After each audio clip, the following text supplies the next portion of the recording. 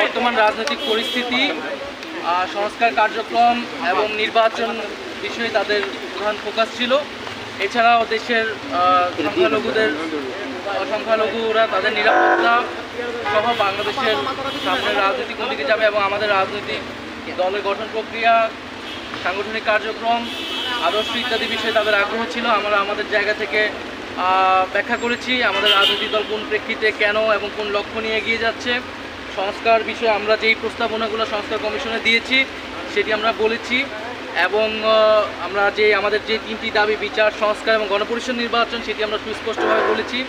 আমরা বলেছি যে আমরা এখানে কোনো ধরনের ন্যূনতম সংস্কার নয়, বরং মৌলিক সংস্কার, রাষ্ট্রের গুণগত পরিবর্তনের জন্য আমরা কাজ করছি এবং কোনো ধরনের পরিবর্তন ছাড়া নির্বাচনের দিকে গেলে সেই নির্বাচনটি গ্রহণযোগ্য হবে না।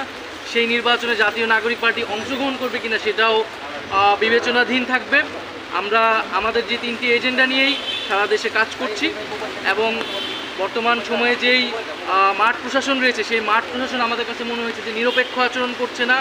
বিভিন্ন জায়গায় জাতীয় নাগরিক পার্টির নেতাকর্মীদের উপরে হামলা চলছে এবং সেই জায়গায় প্রশাসন আমরা নিশ্চুপ ভূমিকা পালন করতে দেখছি। সেই জায়গাগুলো আমরা বলেছি এবং আমাদের নিরপেক্ষ না বলতে প্রশাসন কার পক্ষ নিচ্ছে বা কি বলেছেন? প্রশাসন আমরা দেখছি প্রধান রাজনৈতিক দল বিএনপির পক্ষ অবলম্বন করছে অনেক জায়গায় এবং মাঠ পর্যায়ে যে ধরনের চাঁদাবাজি চলছে সেই জায়গায় প্রশাসন আসলে নিশ্চুপ ভূমিকা পালন করছে।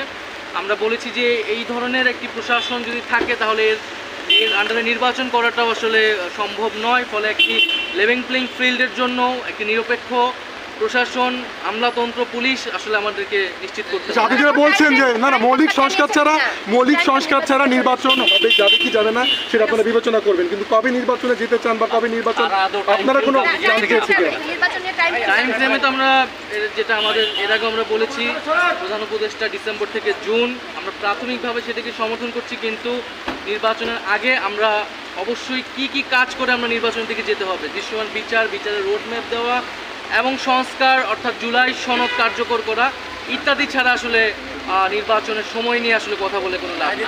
ক্ষমতাধার এবং রোহিঙ্গা বিষয়ে কোনো কথা হয়েছে কিনা? রোহিঙ্গা বিষয়ে আমরা তাদের সাপোর্ট দিয়েছি, তারা বলেছে তারা সেই জায়গায় আওয়ামী লীগের নির্বাচনে আসা না আসা নিয়ে তাদের সঙ্গে কোনো আলোচনা হয়েছে কিনা? না, এই বিষয়ে কোনো স্পষ্ট আলাপ হয় নাই। আমরা আমাদের যেটা দলীয় অবস্থান আমরা বলেছি বিচারের আগে আওয়ামী লীগের সাংগঠনিক রাজনৈতিক কার্যক্রম এবং ইলেকশনে অংশগ্রহণের কোনো সুযোগ আছে।